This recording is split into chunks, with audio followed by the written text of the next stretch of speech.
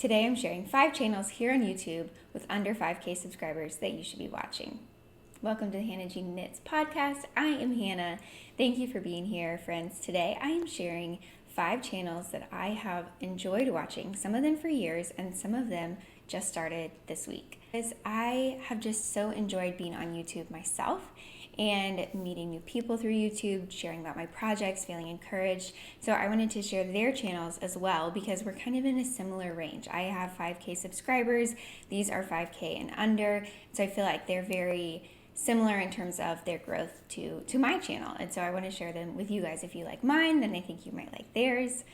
I also am going to apologize in advance for the lighting. It has rained for almost a week from a tropical storm, and the sun finally came out today. So I was pumped to record, but the light is really weird. Believe it or not, it's the same time that I always record, but I guess because of the time change coming and all of that stuff, it just hit me right here today. Anyway, I am sharing these channels inspired by a video from Natalie of Knit Cheek. She recently shared 5 new knitting podcasts to be watching. I loved that video, and those are a lot of really big, almost viral channels in the last couple of weeks, and I wanted to share some that are similar to my size. Also, a lot of my knitting friends that I have met on here. There are way more than 5 though, so in the description I'll also link other channels that have under 5K subscribers that I have watched or people I've met on Instagram or YouTube, so that you can find more new, smaller channels to follow. Okay, let's get started. The first one is Yeji from ANdmadeco. Yeji has been on YouTube for a year and has almost 75 videos. So if you're looking for a channel to just watch all the videos, this is the one. Yeji has beautiful project vlogs. I started watching her for her project vlogs. She also has some fun one-off videos. She and a friend recently did ranking all the petite knit patterns they've ever made, which was fun to watch their, interaction and what they thought of the patterns. Calming, they're sweet, they're enjoyable. She shows some of her everyday life in Seattle. She is a mom. She doesn't show her kids on YouTube, but there's definitely some kid lifestyle that I can relate to, like going for a stroller walk or preschool pickup, things like that. It captures the everyday life, knitwear, vlog so perfectly. I'm not usually a vlog watching kind of girl, but I could watch her vlogs all day. I feel like that's what makes her channel really, really special. Next up is a brand new channel. It's been about 3 weeks since Rachel started her channel. She is the ChapelHillMaker. I know Rachel from Instagram. We are in the same area. I'm in Durham, she's in Chapel Hill, so we're very close by. And she recently started a knitting podcast. It is fun to watch. She has the classic sit down, share all her projects and yarn acquisitions and what she's making, what she's thinking about. But it's just so refreshing and honest, and she has this fun take on her own projects and herself that makes it really just enjoyable to watch and be part of. You feel like you're just having coffee with a friend. She's chatting, you're listening, she's talking about her projects. She also has a beautiful variety of knits, from colorwork to stripes, whether it's a really popular designer to a lesser known designer. I have enjoyed seeing her knits on Instagram, and now they're on YouTube. She does only have 3 videos, so not a huge catalog to look from, but her most recent one was about Rhinebeck, and I'm looking forward to hearing about what she got there. The third channel that you need to subscribe to right now is Eunice from therapybycraft. I met Eunice on Instagram and have connected with her, for years now, and I have loved getting to know her, and then see her YouTube channel just blossom has been so fun. It is such a accurate portrayal of the Eunice that I have talked to on the phone or talked to on Instagram, and then to see her on YouTube is so fun. It's just spending time together even though we're across the country. What makes Eunice videos special right now is that she is really focused on socks. So if you are a sock kind of knitter, she has so much information on how to make your socks just shine. From knitting the socks, choosing the colors for socks, finishing the socks, knitting socks for other people. I really think she has cornered the sock knitting market, at least in my world. She does have a 1.5 years worth of knitting YouTube content, almost 40 videos, so if you're looking for lots of videos to go back and watch. She also includes other projects besides just socks in her previous videos. So she has lots of other projects, and she does a lot of Scrappy makes. So if you're looking for Scrappy makes, socks, she also has some crochet like blankets and gift knits.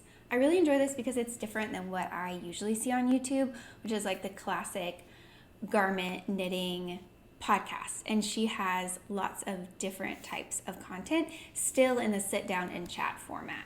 Anyway, Mia of KnitandGrace, she has over 5K subscribers, but she still has 5K.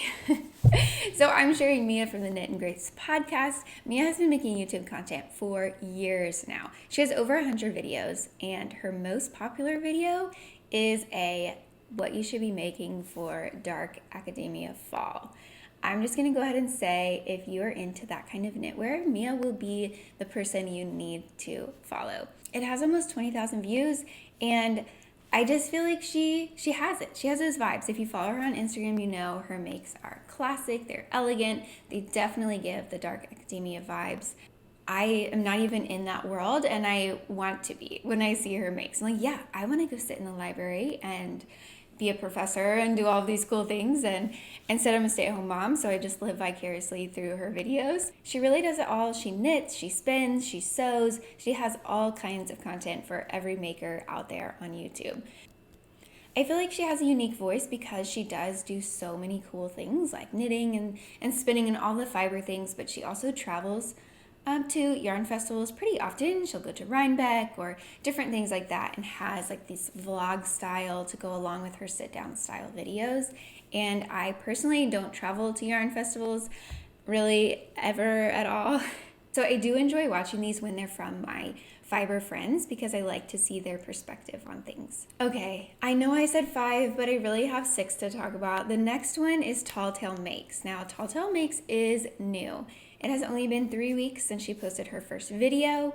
She has 2 videos now, but they are long. So definitely be split into like 4 or 5 if you're like me and you're just trying to catch some YouTube in between naps or at night when the kiddos are sleeping. Her first video has almost 20,000 views, so I feel like she won't be in this under 5,000 subscribers channel for long, but she really makes a lot of the more popular patterns right now, like I would say more trending patterns, but what makes her really unique and special in this space is that she uses a lot of reclaimed yarn.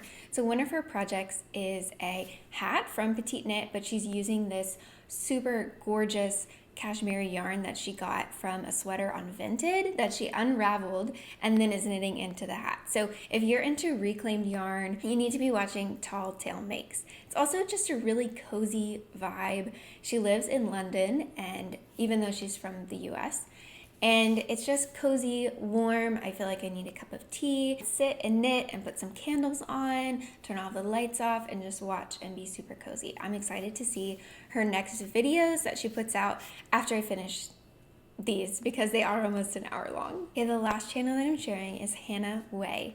She just started on YouTube, and in her words, she is still figuring it out. So she said she's missing some links or not quite on her editing, all of that kind of thing, but we're okay with that. At least I am.